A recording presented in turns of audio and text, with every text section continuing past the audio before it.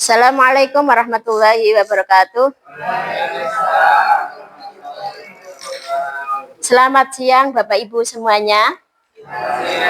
Ya, semuanya dalam kondisi sehat ya? Alhamdulillah rabbil alamin. Jadi sebelum kegiatan kita mulai, mari kita berdoa dulu.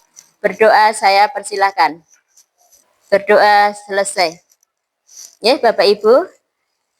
Pada kesempatan kali ini saya akan berbagi praktek baik yang terkait dengan 7 jurus BK hebat yang nanti dengan kegiatan diseminasi ini saya berharap Bapak Ibu guru memiliki kemampuan yang terkait dengan 7 jurus BK hebat. Nah, tujuannya untuk apa Bapak Ibu? Saya bagikan ke panjenengan, nanti Bapak Ibu itu akan menjadi guru wali. Lah harapannya dengan menjadi guru wali, Bapak Ibu sudah menguasai 7 jurus BK ini. Nah, 7 jurus BK hebat ini itu pertama diawali dengan kenali potensi. Ya. Jurus nomor 1 ini harapannya nanti setelah kita melakukan asesmen, kita akan mengetahui potensi anak didik kita. Bapak Ibu guru akan mengetahui tentang kecerdasan siswa. Ada 8 kecerdasan, kemudian ada 3 gaya belajar. Selanjutnya Bapak Ibu bisa merekomendasikan kegiatan ekstra yang cocok dengan mereka. Jadi nanti kita bisa memperlakukan siswa itu berbeda-beda. Selama ini Bapak Ibu melakukan kegiatan belajar mengajar itu satu kelas sama saja. Jadi metodenya satu. Lah harapannya dengan mengetahui berbagai macam jenis karakter siswa, gaya belajar siswa ini, nanti siswa akan mendapat pelayanan yang berbeda-beda. Gimana Bapak Ibu? Tertarik tidak ini? Jadi yang pertama jurus 1, kenali potensi. Ya, nanti Bapak Ibu akan saya ajak untuk melakukan asesmen terhadap diri Bapak Ibu sendiri. Nanti hasil asesmennya nanti bisa dituangkan di dalam kertas ini Bapak Ibu. Jadi kertas ini akan saya bagi, nanti Bapak Ibu tuangkan hasil tes penjenengan di sini. Ya, ada 8 kecerdasan. Kemudian ada gaya belajar. Nanti sementara 2 ini saja yang Bapak Ibu isi. Gitu ya. Ini saya bagi dulu. Sekalian penjenengan bisa membuka ini, situs ini. Penjenengan buka browser Google bisa. Kemudian ketik akupintar.id /tes strip kemampuan. Nah, ini tes pertama yang dipakai untuk mengetahui 8 kecerdasan siswa. Nanti kalau sudah selesai, lanjutkan di akupintar.id /mp /tes gaya belajar. Nanti Bapak Ibu akan mengetahui tentang gaya belajar penjenengan seperti apa. Ya. Kerjakan dengan sungguh-sungguh karena ini nanti adalah sebagai indikator penjenengan itu memiliki kecerdasan apa. Kalau penjenengan mengerjakannya tidak sungguh-sungguh, maka nanti hasilnya juga tidak mencerminkan penjenengan. Kemudian hasilnya penjenengan taruh dituangkan di dalam rekap kertas yang saya bagi. Gimana? Sudah ada yang selesai? Kalau sudah selesai bisa dilanjut ke tes gaya belajar. Gimana? Ada yang kesulitan? Gimana Pak Harun nilainya? Apa nilai yang tertinggi Pak Harun? 100 matematika. 100 matematika. Cerdas, logis, matematik. Oke, bagus sekali. Untuk gaya belajarnya gimana Pak Harun? Sudah belum? Belum.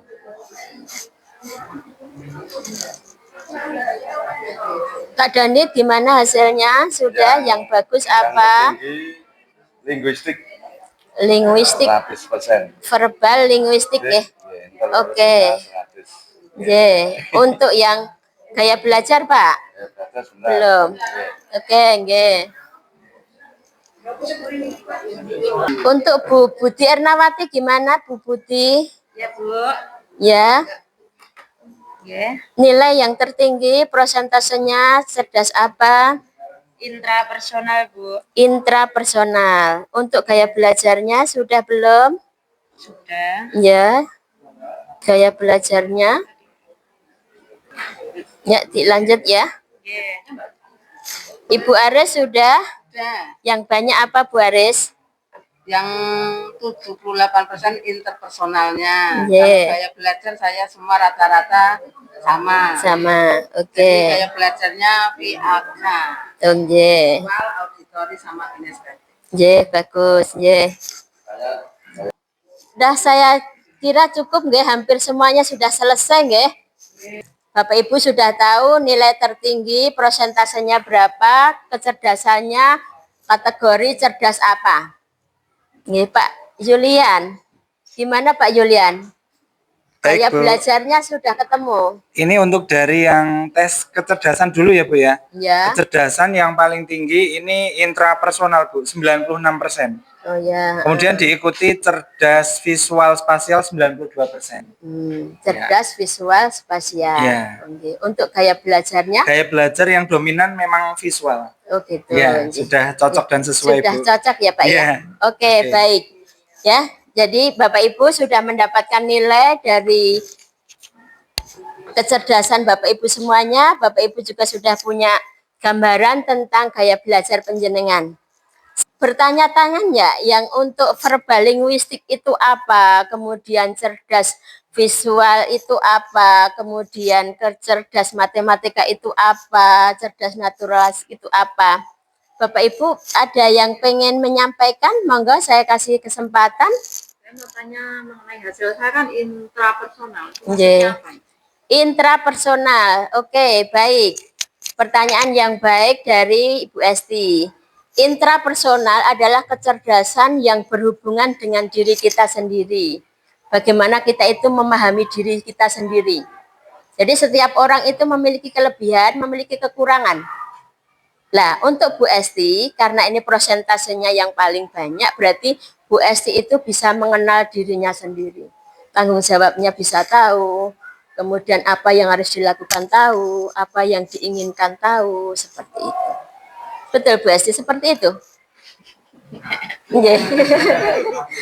Nah, seperti itu. Jadi kemampuan memahami diri sendiri. Jadi dikala ada masalah, ya diselesaikan sendiri. Kebanyakan seperti itu, tidak terlalu tergantung pada orang lain.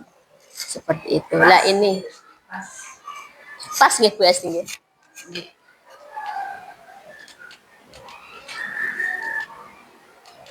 Lah ini ada beberapa orang yang memiliki karakter yang ekstrim ya.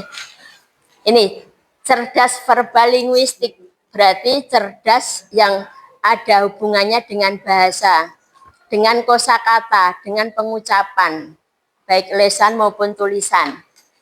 Kemudian ada cerdas yang bawahnya itu interpersonal, berarti kecerdasan yang berhubungan dengan bagaimana itu kita itu berkomunikasi dengan orang lain. Bagaimana kita itu berkelompok, bagaimana kita itu menjalin relasi. Jadi semakin penjenengan tadi misalnya ada yang cerdas interpersonal tinggi, berarti penjenengan ini termasuk orang yang pandai menjalin relasi, pandai berkomunikasi, pandai menyesuaikan diri dengan lingkungan dan lain sebagainya. Kemudian yang bawahnya ada cerdas naturalis. Ini adalah cerdas yang berhubungan dengan alam, dengan lingkungan sekitar. Misalnya hal-hal yang berhubungan dengan hewan. Penjenengan suka memelihara ternak misalnya. Penjenengan suka bercocok tanam misalnya. Penjenengan suka hiking misalnya, menikmati alam dan seterusnya. Itu berarti cerdas naturalis. Kemudian yang bawahnya cerdas moral atau eksistensial, berarti bisa membawa diri itu ini berperilaku adil dan lain sebagainya. Kemudian ada cerdas logis matematik. Nah ini tadi Pak Harun tadi sampai 100, berarti Pak Harun memiliki kemampuan kecerdasan di bidang matematika. Nah, angka, hitung-hitung, dan lain sebagainya. Kemudian ada cerdas intrapersonal, tadi Bu Esti tadi. Kemudian ada cerdas kinestetik, ini Pak Dondit. Cerdas kinestetik berarti kecerdasan yang berhubungan dengan olah tangan, olah kaki. Jadi misalnya siswa memiliki kecerdasan ini, ya sok kadang memang polanya agak banyak dibandingkan mereka-mereka yang tidak gitu. Karena ya memang ini olah tangan nggak bisa diam, orangnya aktif seperti itu. Jadi ketika ada pelajaran disuruh diam ya nggak bisa. Jadi suka praktek seperti itu. Bukan jahil. Kalau jahil kan identik negatif. Nah ini yang bagus-bagus. Jadi orangnya kreatif, cenderung melihat apa-apa itu kayak penasaran, tangannya tinggal memegang ini gitu, seperti itu. Kemudian cerdas visual spasial. Nah ini biasanya orang yang memiliki kecerdasan ini itu orangnya itu suka dengan ini gambar-gambar, kemudian peta, kemudian bagan-bagan seperti itu. Jadi nanti siswa yang memiliki cerdas visual spasial ini dia akan suka dikala nanti dihadapkan pada data-data yang sifatnya itu gambar atau grafik, ya misalnya matematika ada poligon, tabel dan lain sebagainya, itu suka sekali. Gitu nggih. Lah penjenengan berarti sekarang sudah tahu nggih, tadi dari hasil yang terbanyak yang penjenengan miliki berarti karakter saya itu seperti itu. Lanjut ke gaya belajar. Tadi Bapak Ibu juga sudah mengetahui gaya belajar penjenengan. Ini secara garis besarnya ada 3 gaya belajar yang visual. Visual itu berarti gaya belajar di mana siswa itu alat indera yang dipakai adalah mata. Jadi siswa yang memiliki gaya belajar visual, dia akan suka pada gambar, suka pada peta konsep, video, infografik. Ya, seperti itu. Kemudian gaya belajar yang auditori berarti alat indera yang dipakai yang utama adalah pendengaran. Jadi siswa ketika pelajaran dia asik, kalau disuruh mendengarkan itu asik. Dia menikmati. Tapi kadang mungkin dia tidak melihat wajah kita, wajah gurunya, terus dia nggak suka melihat guru, mimiknya bagaimana, ekspresi mulutnya bagaimana. Orang yang memiliki gaya belajar auditori itu nggak mau. Ya cuman mungkin hanya duduk, diam, mungkin ya dingklok dan lain sebagainya. Karena indera yang dipakai adalah pendengaran. Seperti itu. Terus yang ketiga adalah gaya belajar kinestetik. Ini gaya belajar di mana seseorang itu menggunakan alat indera atau panca indera. Yang pertama digunakan adalah tangan. Jadi suka praktek, suka megang. Seperti itu. Maka siswa yang seperti ini strateginya bagaimana? Gunakan permainan yang edukatif, simulasi, eksperimen, bermain peran, role play itu. Gitu nggak? Jadi ada 3 gaya belajar. Untuk punyanya Pak Julian sudah pas ya Pak Julian ya, antara kecerdasan sama ini sudah pas nggih? Oke, bagus nggih. Jadi seperti itu. Ya, kalau sudah selesai, sudah sesuai, ini saya kasih lembar kedua yang nomor 3 penjenengan isi. Penjenengan isi itu ada pilihan ekstrakurikulernya. Jadi dimatchkan antara kecerdasan yang tadi, yang penjenengan anggap itu identifikasi dari penjenengan, kemudian gaya belajarnya penjenengan seperti itu, maka tentukanlah 1 atau 2 jenis kegiatan ekstrakurikuler yang sesuai dengan penjenengan. Untuk pilihan karir juga bisa penjenengan isi Bapak Ibu, sesuai dengan gaya belajar dan juga kecerdasan penjenengan. Terus. Gimana? Sudah, Pak? Dari sini apa? Nah, ini Bu Aris gimana? Ya. Kalau saya Ekstrakurikulernya apa? Conversation, percakapan. Percakapan. Tadi nilai yang terbanyak adalah verbal linguistik. Oke, ya, cocok sudah. Untuk Pak Marti gimana? Ekstrakurikulernya apa? Gambar ini visual saya 100. J, visualnya 100. Yang ini linguistik, tapi saya suka menggambar. Berarti cocok nggih Pak Marti nggih. Pak, ada Bapak Ibu guru yang mengalami kesulitan menentukan arah ekstrakurikuler dan juga karirnya? tidak. Sudah nggih, karena sudah matching semuanya nggih. Nah, ini saya anggap sudah selesai. Mari kita lanjut ke jurus 2. Jurus emosi. Nah, silakan Bapak Ibu. Di depan Bapak Ibu ada kertas. Kita bermain kertas ya. Oke, kita bermain kertas. Nanti saya akan membacakan sebuah cerita. Bapak Ibu guru cukup merespon dengan melakukan apapun dengan kertas itu. Bisa dicoret-coret, bisa dirobek, bisa dilipat, atau bisa diuwek-uwek, apa namanya ini, remas-remas, atau dicoret-coret, monggo. Kita mulai, siap? Silakan nanti merespon dari cerita saya yang pertama kali ini, respon penjenengan kayak apa? Kalau baik, respon penjenengan positif, dilus-lus mawon kertasnya. Tapi kalau respon penjenengan nggak baik, maka bisa melakukan dicoret atau diremas-remas. Nah, itu nggih. Yang pertama, ini pagi itu Bapak atau Ibu guru berangkat ke sekolah mengendarai sepeda motor. Bahan ajar yang sudah disiapkan rapi digantungkan di motor. Namun beberapa meter sebelum sampai sekolah, motor mendadak mogok karena kehabisan bensin. Dengan susah payah, Bapak Ibu guru mendorong motor hingga sampai ke sekolah.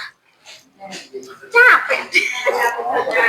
Pripun reaksine jenengan? Yang kedua, ini. Sampailah Bapak Ibu guru itu di kelas. Hampir semua murid datang tepat waktu. Namun belum sempat suasana stabil, Andi masuk terlambat. Ia hanya menunduk sambil berkata, "Maaf Pak, saya terlambat."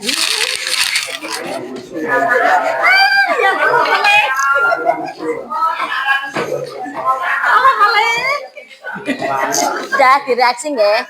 Yang ketiga, pelajaran pun dimulai. Namun saat akan menggunakan bahan ajar yang sudah disiapkan, Bapak Ibu guru baru tersadar bahwa bahan ajar tersebut tidak ada. Dicari ke sana kemari tapi tetap tidak ditemukan. Dengan terpaksa Bapak Ibu guru melanjutkan mengajar seadanya. Bayangan aktivitas mengajar yang tadinya seru buyar seketika. Ya sudah. Monggo reaksine. Kan udah disiapkan semalam. Yang keempat, di tengah pelajaran saat Bapak Ibu mengajar, Andi terlihat tidak memberikan perhatian. Dia menunduk di bangkunya. Saat didekati, ternyata Andi sedang terlelap tidur.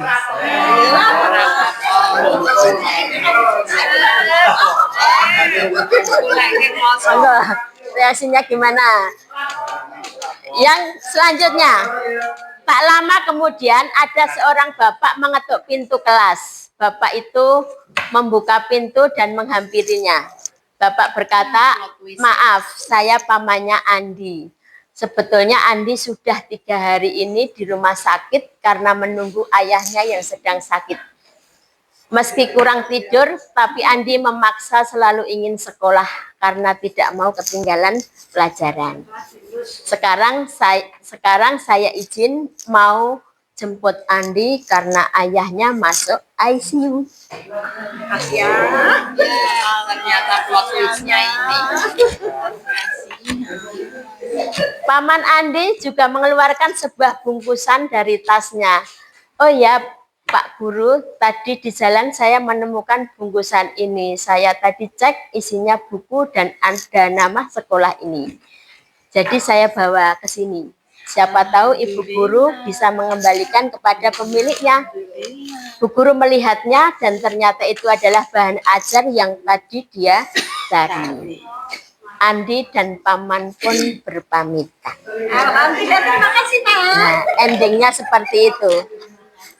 Monggo, saya tak pengen lihat ini gimana ini. Ini berarti sudah selesai cerita saya. Saya pengen lihat reaksinya. Bu Esti gimana Bu Esti reaksinya? Ada kertasnya yang masih rapi atau sudah kumel?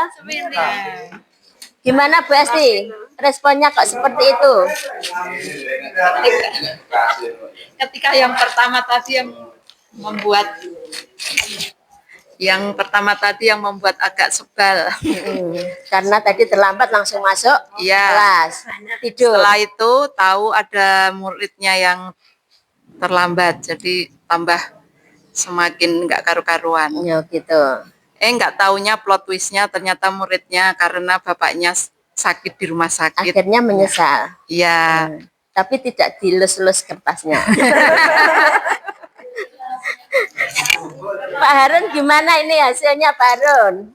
Kertasnya masih rapi. Kenapa Pak Harun?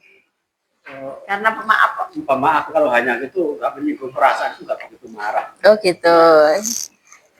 Ada lagi yang kertasnya masih utuh. Bu Susi kertasnya masih utuh. Oke, kenapa Bu Susi kok responnya bagus? Kenapa yang mana? Dari cerita saya responnya bagus semuanya. Bagus semuanya. Nggih.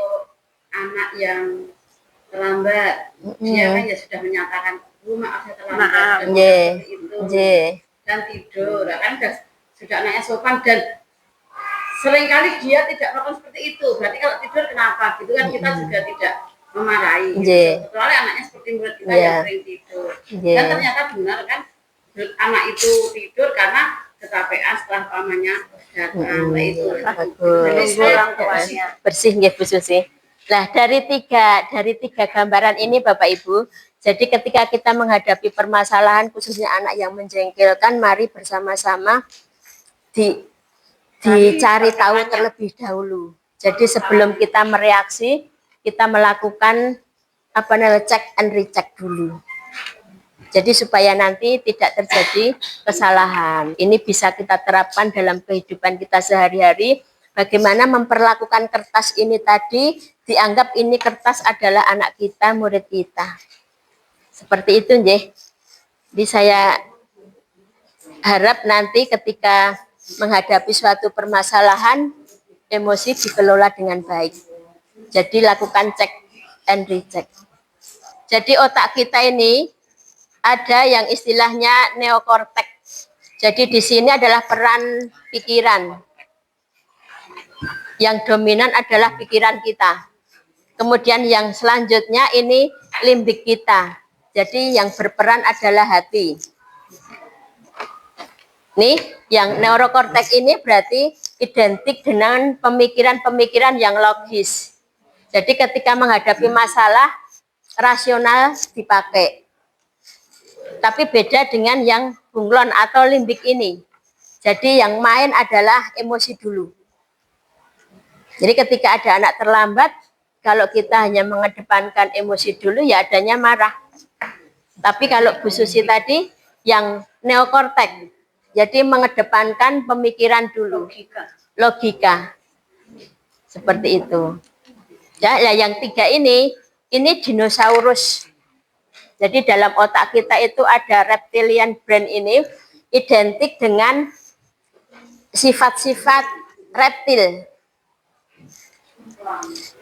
Jadi ingin menyerang, ingin menyakiti, ya logika mati, rasa mati seperti itu.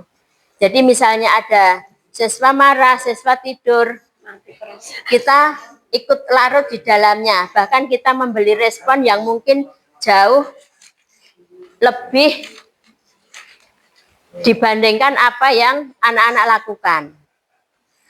Lah gimana caranya kita mengelola emosi kita? Ini hanya ada satu pilihan yang saya sampaikan di sini, ada roda pilihan. Nah nanti ketika penjenengan itu menghadapi suatu masalah supaya tadi reptilian brain-nya itu tidak muncul, maka Bapak Ibu bisa melakukan berbagai hal di bawah ini. Ya, ada jalan-jalan dulu, kemudian ada pertemuan, kemudian ada menggunakan pesan iMessage bisa, kemudian mengajak diri kita itu stop, berhenti dulu sebentar. Atau juga kita bisa menghitung mundur 1 sampai 10 supaya tadi marah kita tidak meledak. Atau kita melakukan aktivitas yang kita suka. Main game misalnya. Jadi ini hanya contoh bagaimana kita itu mengelola emosi kita supaya emosi tadi reptilian brain ini tidak muncul.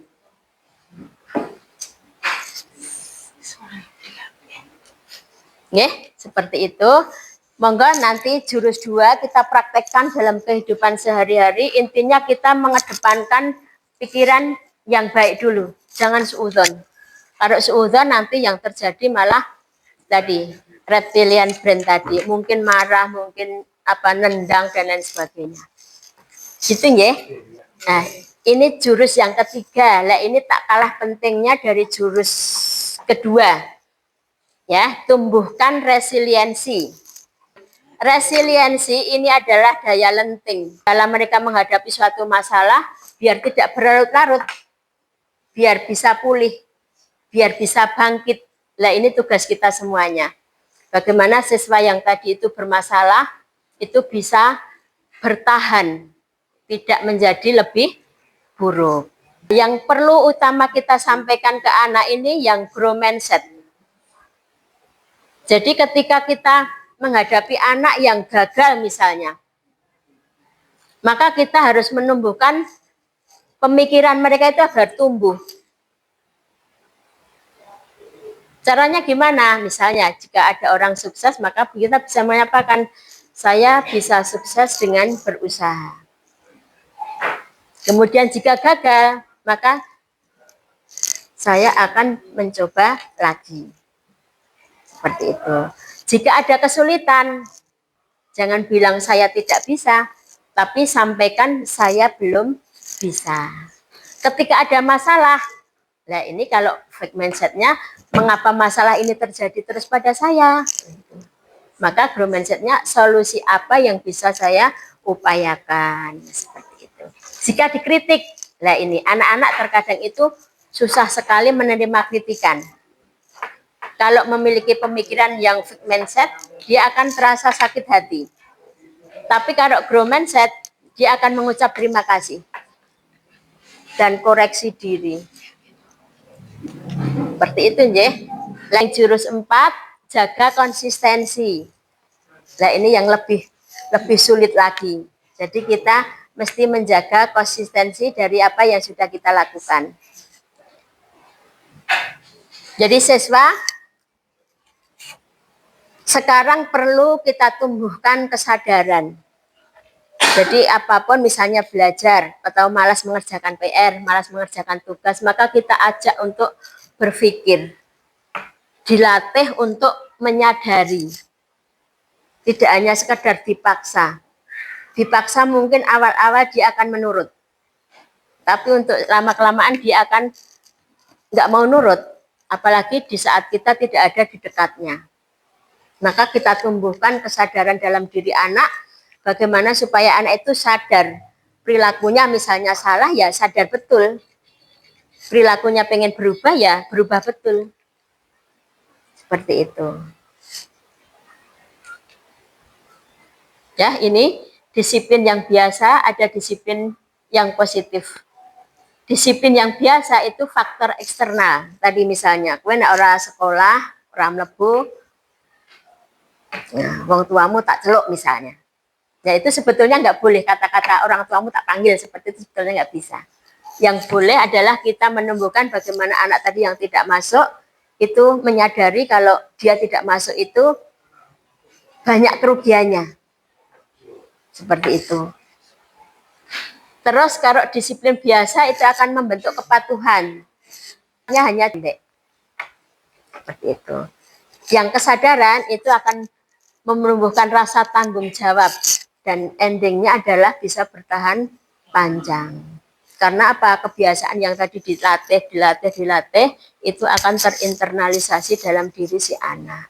Ada falsafah seperti ini, sehari sehelai benang, setahun selembar kain. Sedikit demi sedikit lama-lama menjadi bukit. Jadi ketika kita itu pengen membiasakan anak, ya dibiasakan dari yang kecil. Baru nanti meningkat ke hal-hal yang besar. Seperti itu. Memang kita harus kerjasama dengan orang tua. Nah ini gunanya kita harus menjalin koneksi. Ini di jurus yang kelima. Kita harus menjalin koneksi. Jadi untuk meningkatkan kebiasaan baik di antara siswa, kita tidak bisa berdiri sendiri. Kita harus menjalin koneksi dengan ini berbagai macam unsur, berbagai macam stakeholder yang ada di sekolah kita. Kita bisa menggunakan rumus dengar jang ini tadi. Jadi ketika kita menghadapi masalah, khususnya anak yang bermasalah, rumus mendengar aktif ini perlu kita kedepankan. Yang pertama D itu dedikasikan tubuh dan jiwa kita. Jadi ketika kita menghadapi siswa, kita ya dedikasikan badan, kemudian pikiran, kemudian ekspresi diperlihatkan. Jadi ketika anak tergopoh-gopoh, Bu Yati misalnya, ya kita ya tergopoh-gopoh menyambut dengan excited. Nah seperti itu, ngaten nggih. Terus netralkan posisi. Nah ini ketika Bapak Ibu ada siswa yang curhat, netralkan posisi. Jangan berat sebelah. Ya, jadi pemikiran kita benar-benar zong, kosong. Kemudian gangguan dihilangkan. Misalnya ketika ada anak konsultasi, ada anak curhat, tahu-tahu HP berdering. Nah, berarti HP itu adalah penghalang kita. Maka HP disingkirkan dulu. Kita melayani siswa tadi dengan sepenuh hati dan jiwa. Jangan sampai ketika anak curhat, sampai menangis misalnya. Bentar, saya ambil telepon dulu, bentar lah itu. Maka ketika kita sudah menyatakan saya mau diajak curhat, maka penghalangnya disingkirkan. Itu. Kemudian A, amati isi pembicaraan. Jadi jangan sampai ngeblank ketika ada teman, ketika ada anak yang curhat. Jadi kita ikuti arah pembicaraannya secara runtut. Terus kemudian respons. Jadi kita harus merespon anak. Dan iya toh, begitu toh, dan lain sebagainya. Kemudian yang terakhir, jangan dipotong. Jadi ketika ada siswa cerita, curhat, sebisa mungkin biarkan curhatannya itu selesai dulu. Jangan dipotong. Apalagi dipotong tadi, sebentar saya ini. Nah, seperti itu. Ya, ini rumus mendengar yang aktif. Ya, ini jurus yang keenam.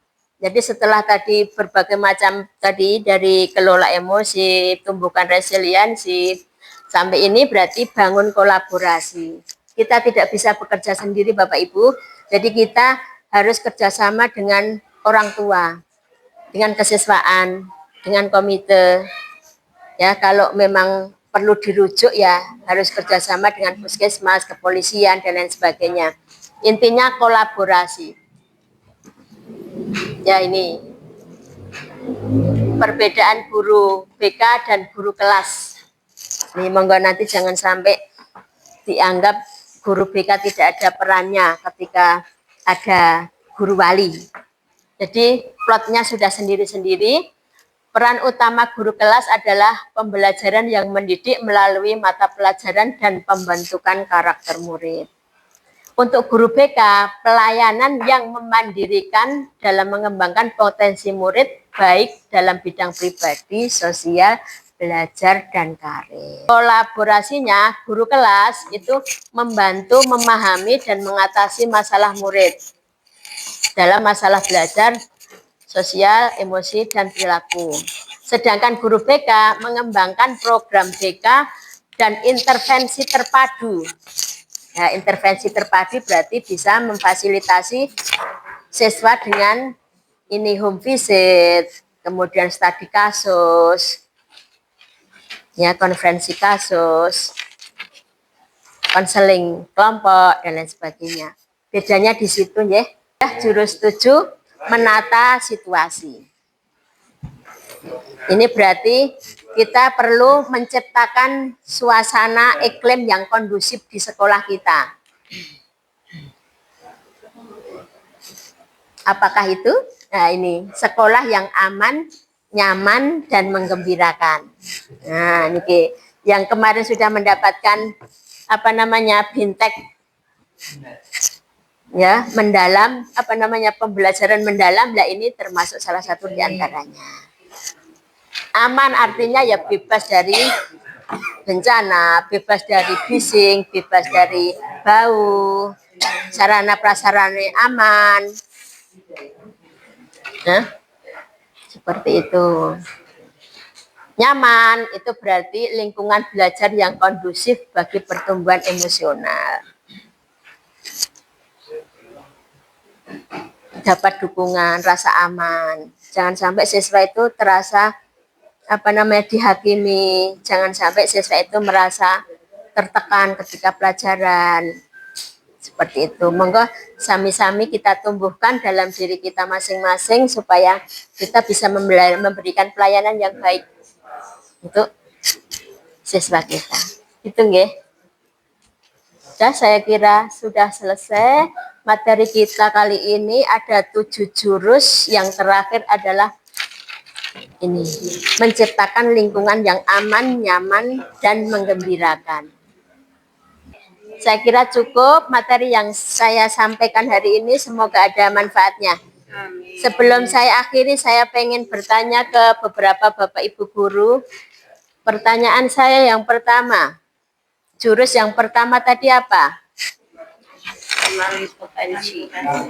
Kenali potensi. Manfaatnya untuk apa? Kenali potensi.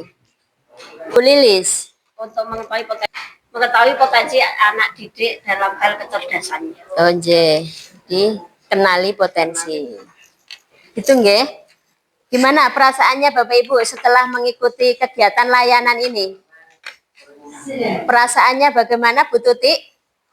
Jadi senang dan mendapatkan ilmu yang baru, banyak yang baru, dan nanti kita coba untuk diterapkan dalam pembelajaran. Oh, nggih. Untuk mengenali anak tadi, Nggih. sehingga nanti anak mungkin yang kemarin kita hanya dengan tadi gaya bahasa yang gaya pembelajaran yang biasa atau sama, kita akan coba terapkan sesuai dengan potensi anak masing-masing. Itu, terima kasih. Oke, betul sekali yang disampaikan Bu Lilis, yang disampaikan Bu Tuti. Jadi nanti harapan kita yang kita lakukan adalah untuk anak. Jadi nanti kita fasilitasi anak, bismillah dengan sekuat tenaga kita, nggih Bapak Ibu, nggih, supaya hasilnya juga lebih baik karena mereka adalah masa depan kita, ibaratnya seperti itu. Tumpuan masa depan Islam bagi yang beragama Islam, seperti itu. Ya, jadi di tangan mereka nanti kita gantungkan gimana kehidupan Indonesia lebih lanjut. Mari kita tutup kegiatan kita kali ini dengan membaca hamdalah. Dari saya ucapkan terima kasih. Assalamualaikum warahmatullahi wabarakatuh.